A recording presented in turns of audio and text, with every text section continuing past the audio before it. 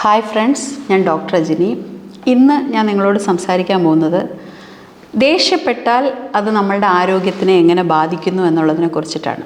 സാധാരണ നമ്മൾ ദേഷ്യപ്പെടുമ്പം നമുക്ക് ദേഷ്യം തോന്നിയ കാര്യങ്ങൾ മറ്റുള്ളവരോട് പറഞ്ഞു കഴിയുമ്പം നമുക്ക്, അല്ലെങ്കിൽ ആ ദേഷ്യത്തിൻ്റെതായ കാരണം പറഞ്ഞു കഴിയുമ്പം നമുക്ക് ഒരു ആശ്വാസം തോന്നാറുണ്ടല്ലേ, ഞാനത് എക്സ്പ്രസ് ചെയ്തല്ലോ എന്ന്. സത്യമാണ്, ദേഷ്യം എന്നും എപ്പോഴും എക്സ്പ്രസ് തന്നെ ചെയ്യണം. പക്ഷേ ഈ രീതിയിലായിരിക്കരുത്. നമ്മൾ ദേഷ്യം വരുമ്പോൾ എന്താണ്, നമ്മുടെ ഒച്ച കൂട്ടി നമ്മൾ ഭയങ്കര ബഹളം വെച്ചു, അല്ലെങ്കിൽ പറയാൻ ഉദ്ദേശിച്ചതിനേക്കാൾ കൂടുതൽ കാര്യങ്ങൾ പറയുക. അങ്ങനെ ഒരു ചെറിയ കാര്യം നമ്മളെ ട്രിഗർ ചെയ്യുമ്പോൾ നമ്മൾ ഒരുപാട് കാര്യങ്ങൾ പറയുകയും നമ്മുടെ ശരീരം വിറയ്ക്കുകയും നമുക്ക് ഒരുമാതിരി ഒരു പ്രഷറായിട്ട് ഫീൽ ചെയ്യുകയും ചെയ്യും.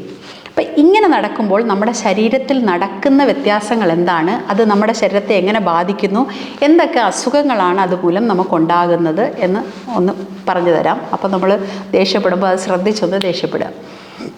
അതായത് നമ്മളുടെ ബോഡിക്കൊരു മെക്കാനിസം ഉണ്ട്.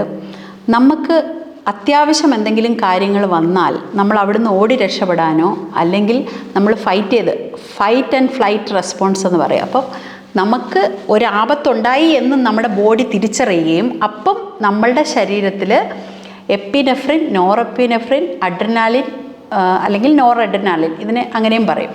ഇത് ഹോർമോണെന്നോ നമുക്ക് ബ്രെയിൻ കെമിക്കൽസ് എന്നോ പറയാം. ഇതൊക്കെ റിലീസ് ചെയ്യും. കോർട്ടിസോണും റിലീസ് ചെയ്യും. ഇത് റിലീസ് ചെയ്യുമ്പം ബോഡിക്ക് അറിയത്തില്ല നിങ്ങൾ ഒരാളോട് ദേഷ്യപ്പെടുകയാണോ, നിങ്ങൾക്ക് എന്തെങ്കിലും എമർജൻസി സിറ്റുവേഷൻ ഉണ്ടായതാണോ എന്നൊന്നും അറിയത്തില്ല. എന്തോ ഒരു കുഴപ്പമുണ്ടെന്ന് മനസ്സിലാകുകയും ഇത് സെക്രീറ്റ് ചെയ്യുകയും ചെയ്യും. അപ്പോൾ ഈ അഡ്രിനാലിൻ റഷ് ഉണ്ടാകുമ്പോൾ നമ്മുടെ ശരീരത്തിലുണ്ടാകുന്ന മാറ്റങ്ങൾ എന്താണെന്ന് വെച്ചാൽ BP കൂടും, ഷുഗർ കൂടും, സലൈവറി സെക്രീഷൻ കുറയും, ഹാർട്ട് റേറ്റ് കൂടും, റെസ്പിറേറ്ററി റേറ്റ് കൂടും. ഇതെല്ലാം നമ്മുടെ ശരീരത്തിൽ കൂടും.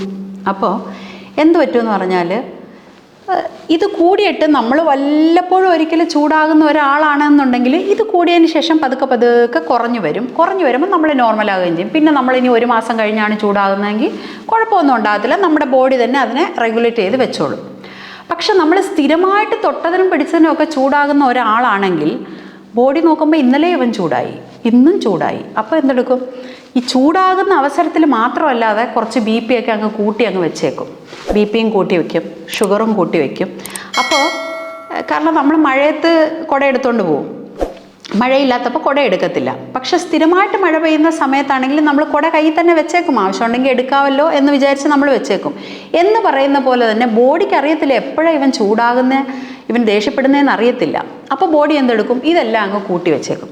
അങ്ങനെയാണ് നമ്മൾ സ്ഥിരമായ ഒരു പ്രഷർ രോഗി, അല്ലെങ്കിൽ ഹൈപ്പർ ടെൻഷൻ ഉള്ള ആളാകുന്നത്, ഡയബറ്റീസ് ഉള്ള ആളാകുന്നത്, മറ്റ് പല അസുഖങ്ങളും, ഹോർമോണിൻ്റെ വ്യത്യാസങ്ങളുള്ള പല അസുഖങ്ങളും ഉണ്ടാകുന്നത് നമ്മൾ സ്ഥിരമായിട്ട് ചൂടാകുന്ന ആളായതുകൊണ്ടാണ്. അപ്പോൾ നിങ്ങളുടെ ദേഷ്യങ്ങൾ അല്ലെങ്കിൽ ദേഷ്യമുണ്ടായ കാരണങ്ങൾ നിങ്ങൾ എക്സ്പ്രസ് തന്നെ ചെയ്യണം.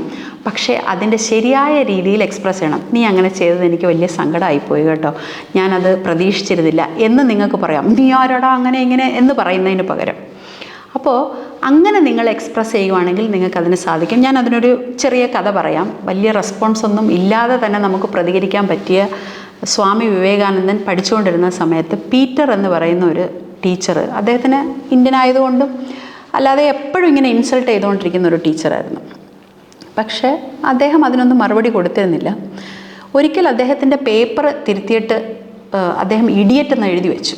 ഈ പീറ്റർ എന്ന് പറഞ്ഞ ടീച്ചർ ഇഡിയറ്റ് എന്ന് എഴുതി വെച്ചിട്ട് സ്വാമി വിവേകാനന്ദന് പേപ്പർ കൊടുത്തിട്ട് പോയി. അദ്ദേഹം അത് അപ്പോഴും അദ്ദേഹത്തിന് സങ്കടം വന്നു. അദ്ദേഹം, നിങ്ങളിങ്ങനെയാണോ വിളിച്ചത്, നിനക്കെങ്ങനെ അങ്ങനെ വിളിക്കാം എന്നൊക്കെ ആയിരിക്കും നമ്മളെ പോലുള്ളവരുടെ റെസ്പോൺസ്. പക്ഷെ അദ്ദേഹം ഒന്നും മിണ്ടിയില്ല. കുറച്ച് കഴിഞ്ഞപ്പം അദ്ദേഹം ആ ടീച്ചറോട് എന്ന് പറഞ്ഞു, സാറിൻ്റെ സിഗ്നേച്ചർ മാത്രമേ ഇതിലിട്ടിട്ടുള്ളൂ, റിമാർക്സ് ഒന്നും എഴുതിയിട്ടില്ലല്ലോ എന്ന് പറഞ്ഞു. അപ്പോൾ ഇഡിയറ്റ് എന്ന് അദ്ദേഹത്തിനെ വിളിക്കാതെ തന്നെ അദ്ദേഹം വിളിക്കുകയും പക്ഷേ ചൂടാകാതിരിക്കുകയും ചെയ്തു. ഈ രീതിയിൽ അദ്ദേഹത്തിൻ്റെ പോലെ വലിയ ജ്ഞാനിയല്ലാത്തതുകൊണ്ട് നമുക്ക് ആ രീതിയിൽ പെരുമാറാൻ പറ്റത്തില്ല. എന്നാൽ പോലും നമ്മളെ ഒന്ന് ശ്രദ്ധിച്ചിട്ട് നമ്മുടെ ദേഷ്യം എങ്ങനെ എക്സ്പ്രസ് ചെയ്യാം എന്ന് നമ്മളൊന്ന് തീരുമാനിക്കുകയാണെങ്കിൽ ഇപ്പം നമ്മൾ കാണുന്ന ലൈഫ് സ്റ്റൈൽ ഡിസീസസിൽ പലതും നമുക്ക് ഒഴിവാക്കാനായിട്ട് സാധിക്കും. അങ്ങനെ നമുക്ക് സൗമ്യമായി നമ്മുടെ കാര്യങ്ങൾ ഡീൽ ചെയ്യാൻ പറ്റട്ടെ എന്ന് ഞാൻ വിഷ് ചെയ്യുന്നു. ബൈ.